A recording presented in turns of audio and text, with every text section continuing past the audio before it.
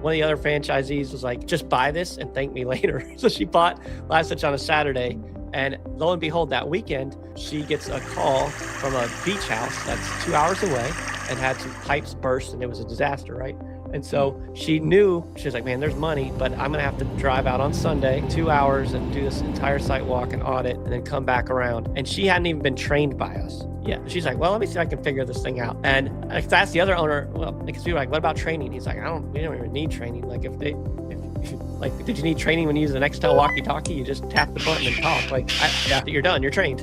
Like, it's the same thing with LiveSwitch. So she's like, all right. So she texted the owner of the home, and they walked around and showed her everything, and just took the video, and she just used her regular process. She didn't even use our AI. After he was like, James, I bought your stuff and it saved me 5 hours and this trip and I won it. It paid for itself. And the first time I ever used it, and I had never even known what I was doing, and I didn't even use the AI. And she told that to all the franchisees. And I was like, I love you in the most HR appropriate way right now.